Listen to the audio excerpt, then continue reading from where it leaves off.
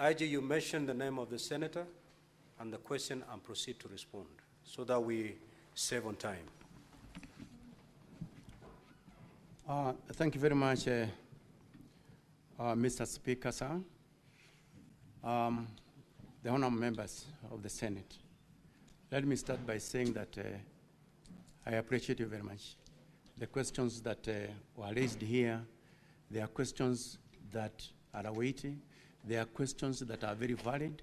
They are questions that are also going to assist us, even when we are looking at our standard operating procedures and so forth. So I really, really appreciate your contribution. The questions that you asked, they are very, very important to us.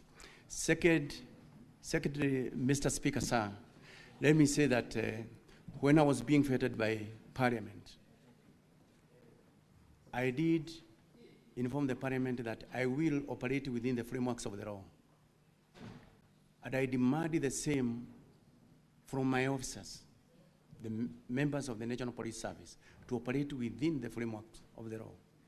That is the reason why myself as the Inspector General and the leadership of the National Police Service, we are pained by the loss of the late Ojwang in our police cells there.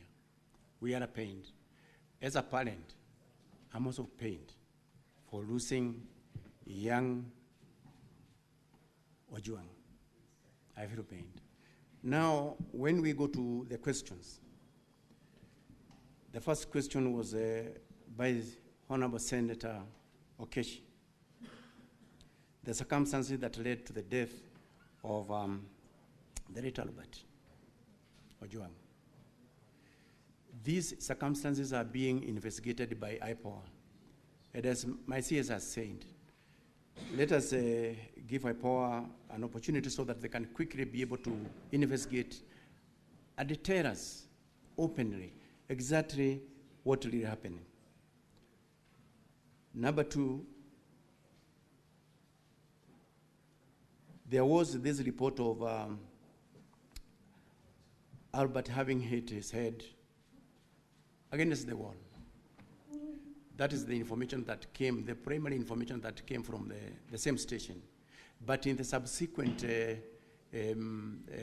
press briefing that I did, that was rectified, and in fact, we can even be able to see it very, very clearly by the results of the investigations.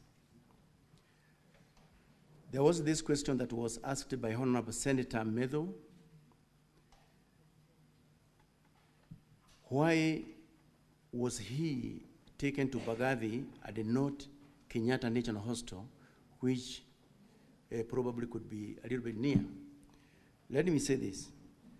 Both of them are government hospitals, both Kenyatta and Bagathi Hospital. Maybe for the officers who are taking him to hospital, they made a decision to take him to Bagathi, but both of them are government hospitals. And we believe that they have got what it takes to treat a sick person. Then there is also this question of the interdiction of the officers. Why is it that the Inspector General did interdict the officers immediately? The reasons as to why I did interdict the officer commanding Central Police Station, the duty officer of the night when the late Albert Ojwang lost his life, the officers who are manning the report office, manning I just pause. Yes, what's your intervention, Senator Fokelefe? Thank you, Mr. Speaker. Mr. Speaker, I can see he has now going to be answering those questions which were asked. I had a question as to why was he not arrested, charged, or put whatever in a custody or something like that in Homa Bay. Why did he have to travel all the way from Homa Bay to Nairobi and ended up losing his life here? Senator Fokelefe, the IG has a list of all those questions. He will get to yours. Just be patient. Proceed, IG. Thank you very much, Mr. Speaker, sir. This question was actually asked by Honorable Senator Medo, as to why I did interdict these officers, because these were the officers who were on duty there. And we wanted to ensure that once the IPOA takes over, the investigations are smooth and there's no one who is going to interfere with those investigations. That's why we wanted them to step aside and allow free investigation, because we wanted expeditious investigations to be carried out. We want to know who is this or who are these who committed that heinous crime. And we want to know it as quickly as possible. There was the question from for Bonne Harwere. That one has been answered by my CS.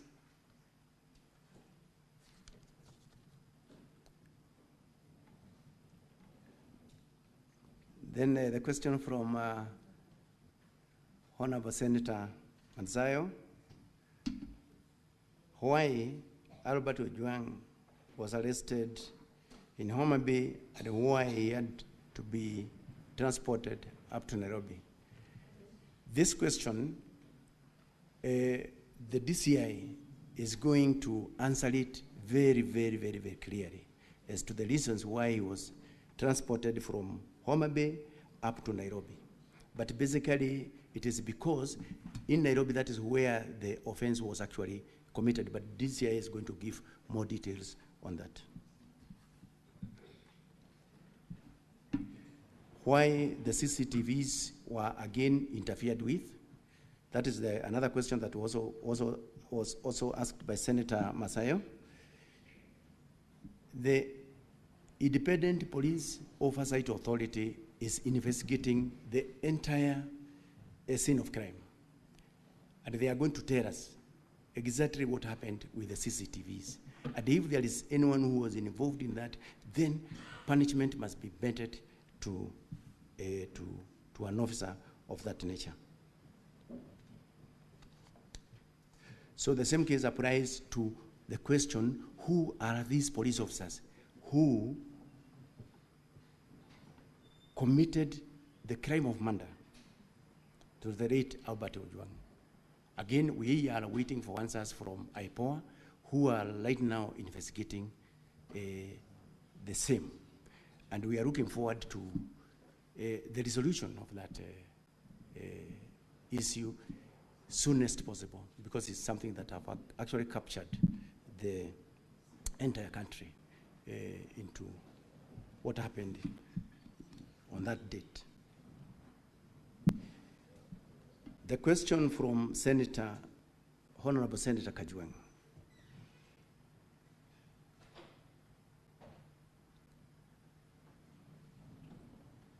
Now, this question of withdrawing and apologizing to the Senate and the country on the question of the late Ojwang, Ojwang having committed, hit his head on the walls. I think, as I said from the word go, we allow the IPOA to investigate, and they are going to give us concrete answers, because I have already indicated that in the subsequent media briefings that I did, that situation was actually corrected. IG. On whether...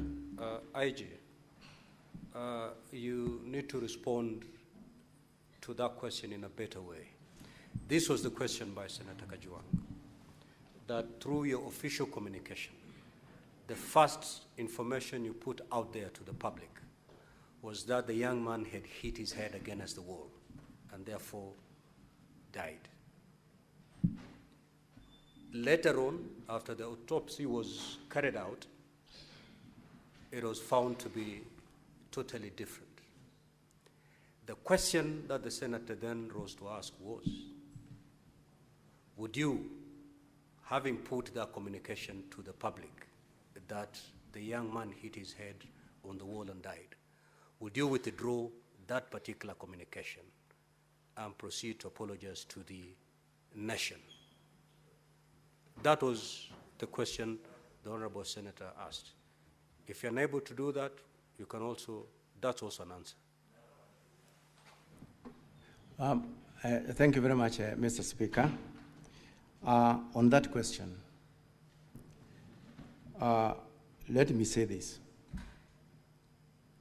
Number one, if in the ongoing investigations by the IPOA investigators, we get to know the truth, the officers who issued the initial report that we relied upon, then they will have to face disciplinary proceedings as provided for by the regulations by providing incorrect information. So we are awaiting the outcome of the investigations of IPOA in that.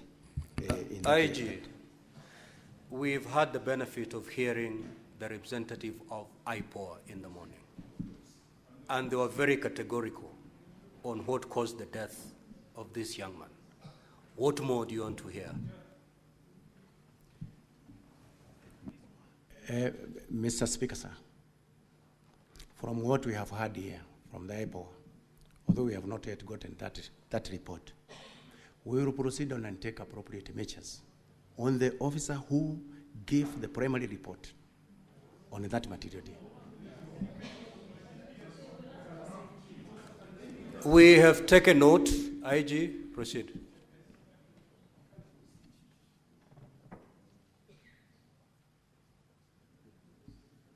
Then there was also the second question.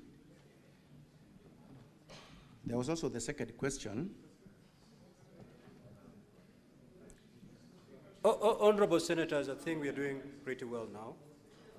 We are doing very well. What is your intervention, Honorable Mugatana? Now, IG, the reason why you are attracting a lot of intervention is because you do not want to open up and just tell the senators exactly what happened. We are here to hear the truth. Just give us the truth, and there'll be minimal interventions. Proceed. Mr. Speaker, I have a lot of respect for the current IGP. In fact, a very professional police officer. But I wanted to remind him, the Constitution has given us, under Article 238, the principles of national security. And Mr. Speaker, on 238(2)(c), it says, in performing the functions and exercising their powers, national security organs shall respect the diverse culture of the communities within Kenya.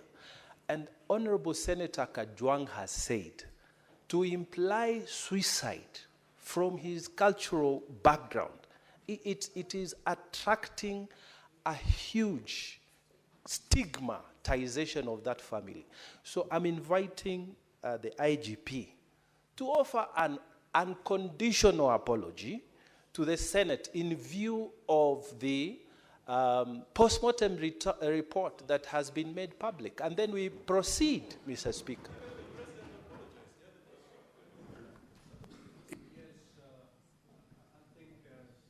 Mugatana is clear. IG. Thank you very much, Mr. Speaker, sir. It is true, as Senator Mugatana has said, that going by the report that we have gotten from IPOA, that it is not true, he did not hit his head against the wall, but that is the report that we had from the word go. I tell my apology on behalf of the National Police Service because of that information.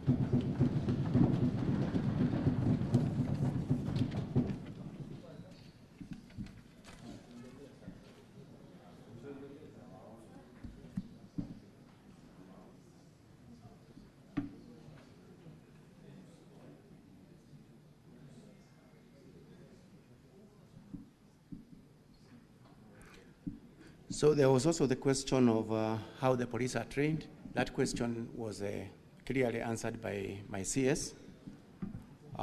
He also did mention that funds is also another constraint that has been be delivering the National Police Service to enable us to train everybody within the service.